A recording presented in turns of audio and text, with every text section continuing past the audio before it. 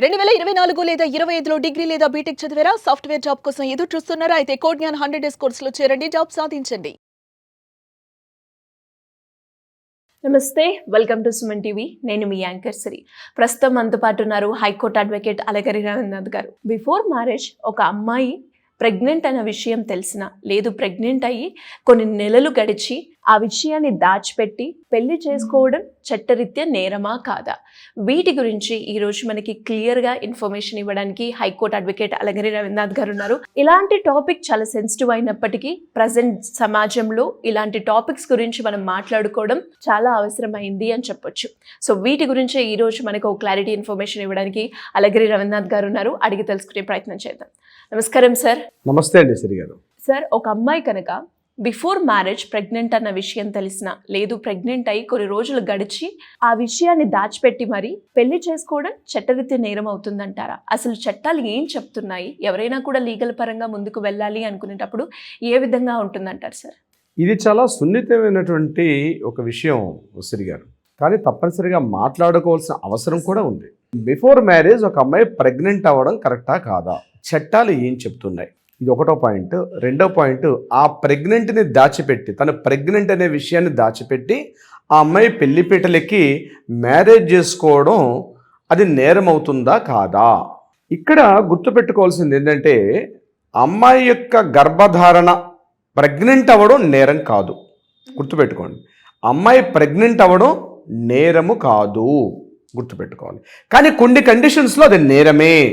ఏ ఏ కండిషన్స్లో నేరం అవుతుంది, ఏ ఏ కండిషన్స్లో నేరం కాదు అన్నది నేను మీకు వివరించే ప్రయత్నం చేస్తాను. ముందుగా పోక్సో యాక్ట్ అంటే ఒక అమ్మాయి వయసు ఇంపార్టెంట్. 18 ఏళ్ళు వయసు రాకుండా ఒక అమ్మాయి తెలిసిన వ్యక్తి తెలియని వ్యక్తి ఎవరి ద్వారానైనా ప్రెగ్నెంట్ అయితే అది చట్టరీత్యా నేరం. ఈవెన్ దో ఆ అమ్మాయి అంగీకరించినప్పటికీ కూడా, ఆ అమ్మాయి యాక్సెప్టెన్స్ ఇచ్చినప్పటికీ కూడా పోక్సో యాక్ట్ ప్రకారం ఆ గర్భం ధరించడం అన్నది, ఆ గర్భధారణ ఏదైతే ఉందో అది ప్రెగ్నెంట్ అవ్వడం అన్నది చట్టరీత్యా నేరము. ఇది నెంబర్ 1 పాయింట్. నెంబర్ 2, సెక్షన్ 375, 376 బలవంతంగా ఆ అమ్మాయి రేప్ చేయబడి బలవంతంగా తను ఇంటర్ కోర్సులో పార్టిసిపేట్ చేసి తద్వారా ఆ అమ్మాయి ప్రెగ్నెంట్ అయితే అది కూడా నేరమే అవుతుంది. అంటే ఆ అమ్మాయికి ఇష్టం లేదు, కానీ ఆ అమ్మాయి ఫోర్స్ఫుల్గా అక్కడ పార్టిసిపేట్ చేయడం వల్ల ఆమె ప్రెగ్నెంట్ అయితే అది కూడా చట్టరీత్యా నేరమే అవుతుంది. మూడవది ఒక కండిషన్ చెప్తాను మీకు. సెక్షన్ 493 అంటారు. అంటే ఎవరైనా ఒక అబ్బాయి పెళ్లి చేసుకుంటానని వాగ్దానం చేసి తప్పనిసరిగా నీతో 7 అడుగులు నడుస్తాను, నీతో జీవితాంతం ఉంటానని చెప్పి మోసగించి ఆ అమ్మాయిని ప్రెగ్నెంట్ చేస్తే అది కూడా దోషమవుతుంది. ఇక్కడ గర్భం రావడం, ప్రెగ్నెంట్ అవ్వడం తప్పు కాదు, కానీ ఇప్పుడు నేను చెప్పినటువంటి 3 కండిషన్స్ ప్రకారం, ఈ 3 పారామీటర్స్ ప్రకారం మాట్లాడుకుంటే ఆ రకంగా గర్భధారణ చేయడం అన్నది చట్టరీత్యా నేరం అవుతుంది. First number 1 POCSO act. Even అక్కడ అమ్మాయి యాక్సెప్టెన్స్ ఇచ్చినప్పటికీ కూడా అది ఏజ్ లిమిట్ పనిచేయట్లేదు కాబట్టి చట్టరీత్యా అది నేరం అవుతుంది. చట్టరీత్యా గర్భం ధరించడం తప్పు కాదు, కానీ చట్టరీత్యా ఆ అమ్మాయి ఏజ్ అక్కడ సపోర్ట్ చేయట్లేదు, ఆమె అంగీకారం. అంటే ఇక్కడ నేను చెప్పినటువంటి 3 విషయాలు, ఒకటి కన్సెంట్, ఒకటి ఏజ్, మూడవది ఆమె యొక్క బలవంతంగా చేయడం. ఈ 3 కండిషన్స్లో అటువంటి ప్రెగ్నెంట్ అంగీకారం అనేది కాదు. మోసం చేసి బలవంతంగా ఒక మైనర్ అమ్మాయిని మాత్రం అనుభవించి చేస్తే మాత్రం ఈ పైన ఉన్నటువంటి ఈ 3 పారామీటర్స్లో కానీ తప్పనిసరిగా అటువంటి కండిషన్స్లో ఆ అమ్మాయి ప్రెగ్నెంట్ అయితే అది చట్టరీత్యా నేరం అవుతుంది. మరి ఏ ఏ సందర్భాల్లో కాదు? ఈ 3 సందర్భాలు కాకుండా మిగిలిన అన్ని కండిషన్స్ కూడా యాక్సెప్టబులే. అంటే అమ్మాయి వయసు ఒక 18 ఏళ్ళు నిండింది, ఆ అమ్మాయికి ఇష్టపూర్వకంగా ఆ అమ్మాయి తన యొక్క ప్రెగ్నెంట్ అవ్వాలని కోరుకుంది. మూడవది, తను మోసగించబడలా, ఇంటర్ కోర్సులో తను ఒక ఇంట్రెస్ట్గా తను పార్టిసిపేట్ చేసినప్పుడు అటువంటి కండిషన్స్లో ఆమె ప్రెగ్నెంట్ అయినా సరే అది తప్పన్నది కాదు అని చట్టాలు చెప్పడం జరుగుతుంది. కానీ సమాజం దృష్టిలో మాత్రం ఇది చాలా తప్పుగానే పరిగణిస్తారు. ఇప్పటికీ కూడా కాలాలు మారుతున్నా, ఎన్ని మారుతున్నా, ఓ అమ్మాయి మ్యారేజ్కి బిఫోర్ ప్రెగ్నెంట్ అయితే అది సమాజం హర్షించదు, ఆ తల్లిదండ్రులు కూడా హర్షించరు. యాక్సెప్టెన్స్ అనేది తొందరగా తమ ఫ్యామిలీలో కలుపుకోవడానికి ఇష్టపడే అవకాశం చాలా తక్కువ. ఇక రెండో పాయింట్, మీరు ఇందాక అడిగినట్టుగా ఈ బిఫోర్ మ్యారేజ్ కానీ ప్రెగ్నెంట్ అయ్యి దీన్ని దాచిపెట్టి మ్యారేజ్ చేసుకుంటే ఆమె చట్టరీత్యా నేరం అవుతుందా అన్న మీరు మరొక ప్రశ్న వేస్తారు. దానికి కూడా నేను వివరించే ప్రయత్నం చేస్తాను. ఒక అమ్మాయి బిఫోర్ మ్యారేజ్ ప్రెగ్నెంట్ అయ్యి ఆ మ్యారేజ్ ఆమె దాచిపెట్టి మ్యారేజ్ చేసుకుంటే దానికి డివోర్స్ కారణం అవుతుంది. అంటే డివోర్స్కు కారణంగా ఆ భర్త చూపించి డివోర్స్ని తీసుకోవచ్చు. కానీ ఇక్కడ ఒక కండిషన్ ఉంది. ఆ కండిషన్ అంటే మ్యారేజ్ అయిన విత్ ఇన్ 1 yearలోనే ప్రూవ్ చేయాల్సిన అవసరం ఉంటుంది. అంటే మ్యారేజ్ అయిన విత్ ఇన్ 1 yearలో అతను కోర్టుకి వెళ్ళి కోర్టు ముందు పత్రాలు సమర్పించాలి. స్ట్రాంగ్ మెడికల్ ఎవిడెన్సెస్ ప్రూఫ్స్ ఖచ్చితంగా ఉండాలి ఆమె దగ్గర. అంటే స్ట్రాంగ్ మెడికల్ ఎవిడెన్స్ అంటే టోటల్గా ఆమెకు ఉన్నటువంటి మెడికల్ క్యారెక్టరిస్టిక్స్ అన్నీ కూడా క్లియర్గా మెన్షన్ చేస్తూ 100% ఏదైతే తను చెప్తున్నాడో ఆ అమ్మాయి నన్ను మ్యారేజ్ చీటింగ్ చేసింది, ఆ అమ్మాయి నన్ను తన గర్భాన్ని అంటే తన ప్రెగ్నెంట్ అనే విషయాన్ని దాచిపెట్టి తను మ్యారేజ్ చేసుకుంది. కొన్ని సందర్భాల్లో చాలా కేసెస్ మాకు కూడా వస్తుంటాయి. మ్యారేజ్ అనేది విత్ ఇన్ 1 monthలోనే కన్సీవ్ అయిపోతారు. కన్సీవ్ అయిపోయి అది చూసుకునేసరికల్లా డేట్స్ అక్కడ చూసుకునేసరికల్లా 6th 7th monthలోనే డెలివరీ అయిపోతుంది. ఆ అమ్మాయి మ్యారేజ్ అయినా ఇతను 6 నెలల్లో డెలివరీ అయిపోతుంది. అటువంటి సందర్భాల్లో హస్బెండ్కి డౌట్ వస్తుంది, నీకు 6 నెలల్లో డెలివరీ ఎట్లా వచ్చింది, 9 months కంప్లీట్ కావాలి కదా, డేట్స్ ఎక్కడను లాస్ట్ నీకు ఇప్పుడు ఏ డేట్ వచ్చింది, ఆ డేట్ నుంచి కానీ హిస్టరీ తీసుకున్నట్లయితే మెడికల్ ఎగ్జామినేషన్స్లో ఖచ్చితంగా కానీ ప్రూవ్ అయితే దాన్ని ఆధారంగా చూపిస్తూ డివోర్స్కి వెళ్ళే అవకాశం తప్పనిసరిగా హస్బెండ్కి ఉంటుంది. ఇక్కడ చాలా కేసెస్లో మనం చూస్తూ ఉంటాం. 7th month 8th month marriage అనే టైంలోనే డెలివరీ అయిపోతారు. అంటే దానికి కారణాలు చెప్పడం మాకేమీ తెలియదు అన్నట్టుగా మాట్లాడతారు. కానీ అక్కడ మెడికల్ ఎగ్జామినేషన్స్ క్లియర్గా ప్రూవ్స్ చేస్తుంటాయి. ఇప్పుడు 1 monthలో 1 weekలో కన్సీవ్ అవ్వడం తప్పు కాదు, అది 100% బయోలాజికల్ నీడ్ కాబట్టి ఖచ్చితంగా జరుగుతుంది. కానీ మ్యారేజ్ అయినప్పటి నుంచి 7th monthలోనో 6th monthలోనో 8th monthలోనో డెలివరీ అయిపోయారంటే ఖచ్చితంగా బిఫోర్ మ్యారేజ్ ఆటోమేటిక్గా అతను సస్పెక్ట్ చేసే అవకాశం కూడా ఉంటుంది. లేకపోతే లవ్ మ్యారేజ్ చేసుకున్న వాళ్ళు అంతకుముందు వాళ్ళు ఫిజికల్గా కలిసి ఉన్నటువంటి సందర్భాల్లో హస్బెండ్ డౌట్ రైజ్ చేయకపోవచ్చు.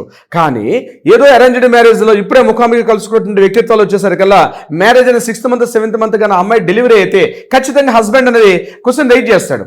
అప్పుడు అమ్మాయికి ఉన్నటువంటి డేట్స్ ఎప్పుడు డేట్ అయింది, ఆ డేట్ నుంచి అన్ని లెక్కలు వేసుకుంటే తప్పనిసరిగా డేట్స్ టాలీ కాకపోతే దాన్ని కారణంగా చూపిస్తూ అతను డివోర్స్కి వెళ్ళే అవకాశం కూడా ఉంటుంది.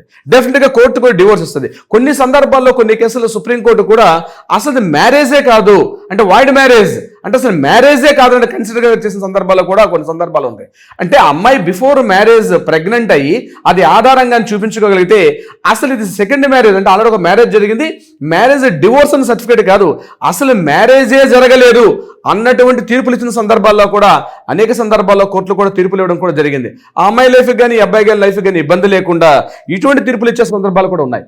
సో ఇక్కడ 2 విషయాల్లో మనం రెండు కోణాలుగా మనం చూడాలి. ఒకటి, అమ్మాయి ప్రెగ్నెంట్ అవడం కరెక్ట్గా కాదంటే అది ఆమె యొక్క వయసు, ఆమె యొక్క అంగీకారము, అది ఆమె యొక్క మిగిలిన పారామీటర్స్ ప్రకారం గర్భం రావడం తప్పు కాదు, కానీ గర్భం ఏ రకంగా వచ్చింది అన్నది అక్కడ ఇంపార్టెంట్. దీన్ని మ్యారేజ్గా అప్లై చేసేటప్పుడు బిఫోర్ మ్యారేజ్ కానీ అమ్మాయి ప్రెగ్నెంట్ అయితే దాన్ని కోర్టులు డివోర్స్ తీసుకోవడానికి అంగీకరిస్తాయి. అట్ ద సేమ్ టైం ఆ జరిగిన మ్యారేజ్ కూడా అది లీగల్గా వ్యాలిడ్ అయిన మ్యారేజ్ కాదు అని చెప్పి ఆ మ్యారేజ్నే వాయిడ్ చేసే అవకాశం కూడా సందర్భాలు కూడా కొన్ని సందర్భాల్లో ఉన్నాయి. సో ఇది చాలా సున్నితమైన ఇష్యూ. ఎలా మాట్లాడతారంటే సమాజం హర్షించదు, కుటుంబాలు హర్షించవు, పెద్దలు అంగీకరించరు, కుల పెద్దలు కానీ మత పెద్దలు కానీ ఎవరు కూడా ఏ మతమైనా ఏ కులం వాళ్ళైనా దీన్ని పెద్దగా హర్షించరు. అటువంటి సందర్భాల్లో ఇది సున్నితమైన సమస్య. ఆమె మీద ఒత్తిడి కానీ ఆమె ఇతరత్ర కారణాలు తెచ్చే కాకుండా ఆమెకు ఒక కౌన్సిలింగ్ ఇప్పించే ప్రక్రియ చేయడం, ఇది అవునా కాదా అని మెడికల్ ఎగ్జామినేషన్స్ చేయడం, వీటి ద్వారా అది కరెక్టా కాదని ముందుకెళ్ళాలి తప్పించి ఆమె మీద బలవంతంగా కొంటే ఇప్పుడు మళ్ళీ అంటే మోడర్న్ సొసైటీలో మనం కామన్గా మాట్లాడుకుంటాం. అంటే మనం అన్ని మామూలుగా ఇట్లాంటి మనం ఏసీ రూమ్లో కూర్చుని మాట్లాడుకునే సంఘటనలు వేరు, కానీ గ్రామీణ పరిస్థితులు వేరే విధంగా ఉంటాయి. ముఖ్యంగా రాజస్థాన్, యూపీ, ముఖ్యంగా తెలంగాణ ప్రాంతాల్లో ఆదిలాబాదు లాంటి కొన్ని ముఖ్యంగా ఈ ఫారెస్ట్ జోన్స్లో ఉన్నటువంటి ప్రాంతాల్లో ఆ పిల్లలకి అసలు వయసు ఎంత కూడా తెలియని పరిస్థితి. అంటే మనం అంటే ఒక date of birth record maintain చేస్తాం. మనం పలానా రోజు పుట్టాం, పలానా రోజు నాకు ఈ సంవత్సరాలకి 18 ఏళ్ళైందా 16 ఏళ్ళైందని. కొన్ని మేము మెడికల్ కేసులు చూసేసరికల్లా అమ్మాయి చూడడానికి శారీరకంగా కాస్త పెద్దవారు కనిపిస్తారు, కానీ వయసు రీత్యా చూస్తే ఇంకా చిన్నవారుగానే ఉంటారు. సో వాళ్ళకి రికార్డ్స్ ఎక్కడ మెయింటైన్ చేస్తారు? వాళ్ళకంటూ ఆధార్ కార్డ్స్ కానీ లేకపోతే డేట్ ఆఫ్ బర్త్ సర్టిఫికేట్స్ అని. అంటే ఇప్పటికీ కూడా అలాంటి గ్రామీణ ప్రాంతాలు ఉన్నాయి. ఇటువంటి సమస్య మనం ఎక్కువగా ఎక్కడ ఫేస్ చేస్తామంటే గ్రామీణ ప్రాంతాల్లో ఫేస్ చేస్తాం. ముఖ్యంగా అటవీ ప్రాంతాల్లో ఉన్నటువంటి ఎస్టీ మన సోదరులైనటువంటి ఎస్సీ ఎస్టీ ఆ తెగల్లో ఇది ఎక్కువగా కనిపిస్తాయి. అంటే ఆధారాలు సరిగ్గా వాళ్ళు రికార్డ్స్ మెయింటైన్ చేసుకోకపోవడం వల్ల కోర్టుకు కావాల్సింది ఆధారాలు, ఎమోషన్స్ అనేవి కోర్టుకు కాదు. ఆధారాలు చూపించేటప్పుడు అక్కడ ఆధారాలు సరిగ్గా చూపించలేకపోతారు. అక్కడ ఉన్న గ్రామీణ పెద్దలకు తెలంగాణ ప్రాంతంలో చాలా చోట్ల ఇటువంటి అనాచారాలు కూడా జరుగుతుంటాయి. తద్వారా ఆ అమ్మాయి ప్రెగ్నెంట్ అయిపోతుంది. అక్కడ ఉన్న దొరలు కావచ్చు అంటే ఇప్పుడు చాలా వరకు తగ్గిపోయింది, 95% తగ్గింది. కానీ ఇప్పటికీ కూడా కొన్ని అనాచార సాంఘిక దురాచారాలు కొన్ని ఉన్నాయి. ఆ సాంఘిక దురాచారాల్లో స్త్రీ అనేది బలిపశు అయిపోతుంది. అటువంటి బలిపశువుని తీసుకుపోయి నీ వయసు ఎంతమ్మా, నీ ఏజ్ ఎంత, నువ్వు ఎప్పుడు పుట్టావంటే ఆ అమ్మాయి సరిగ్గా చెప్పలేని పరిస్థితులు ఉంటుంది. కొంత మానసిక వైకల్యం ఉన్నటువంటి కొన్ని స్థితులు ఉంటాయి. మానసికంగా పూర్తిగా ఎదుగుదల లేనట్టు కొంతమంది అమ్మాయిలు ఉంటారు, వాళ్ళ మీద కూడా ఉంటారు. కొంతమంది అంధులు కొంతమంది ఉంటారు, కొంతమంది అంగవైకల్య వాళ్ళు ఉంటారు. వీళ్ళ మీద కూడా శారీరకంగా దాడులు చేసి వాళ్ళని హింసలు గురి చేసి తద్వారా జరిగిన సంఘటనలు కూడా మేము ఈ ప్రొఫెషనల్ చాలా మంది చూస్తూ ఉంటాం. సో ఇది చాలా సున్నితంగా ఉంటుంది. ఏదో మనం కూర్చుని 2 నిమిషాలు చెప్పడం అని కాదు, కానీ బట్ చట్టాలు క్లియర్గా చెప్తూ ఉంటాయి. ఈ యొక్క పారామీటర్స్లో, ఈ యొక్క డయామీటర్స్లో కానీ ఇలా ఉంటే ఇలా ఉంటుందని చెప్తాం. కానీ ఇప్పటికీ కూడా సాంఘిక దురాచారాలు, అనాచారాలు. బట్ ఈ వీడియో చూస్తున్న ప్రతి అమ్మాయి గుర్తుపెట్టుకోవాలి, ఏ మారుమూల పల్లెల్లో ఉన్న, ఏ ప్రాంతంలో ఉన్న అమ్మాయిని గుర్తుపెట్టుకోండి, మీ వయసు మీది, మీ శరీరం మీది. మీకు తెలియకుండా ఒక వ్యక్తి మీ ఒంటి మీద చెయ్యడం అనేది మీరు యాక్సెప్టెన్స్ ఇప్పుడు ఇవ్వకూడదు. అది బంధువుల, దగ్గర వాళ్ళ, పెద్దవాళ్ళ, చిన్నవాళ్ళ, పెద్దవాళ్ళ, మీకు సంబంధించినటువంటి మీ వాళ్ళ, ఎవరైనా సరే చట్టం క్లియర్గా చెప్తుంది. మిమ్మల్ని ఎవరైనా, అది గుడ్ టచ్ బ్యాడ్ టచ్ ఈ మధ్యకాలంలో స్కూల్లో నేర్పిస్తున్నారు. ఒక అమ్మాయి, చిన్న అమ్మాయిని గుర్తుపెట్టుకోవాలి, మీకు తెలియకుండా మీ ఒంటి మీద అసంకల్పితంగా ఎవరైనా చేయి వేస్తే తక్షణమే స్పందించండి. దగ్గర ఉన్న పోలీస్ స్టేషన్కి వెళ్ళి కంప్లైంట్ చేసే విషయం తెచ్చుకోండి. మీరు పోలీస్ స్టేషన్ కూడా వెళ్లాల్సిన అవసరం లేదు, 100 కాల్ చేయండి, వాళ్ళే వచ్చి కేసును ఫైల్ చేసుకునే అవకాశం కూడా ఉంటుంది. ఎవరికీ భయపడాల్సిన అవసరం లేదు.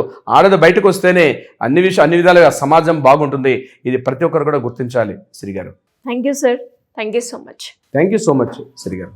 సుమన్ టీవీలో మీ పర్సనల్ అండ్ బిజినెస్ ప్రమోషన్స్ కోసం కింది నెంబర్కి కాంటాక్ట్ చేయండి.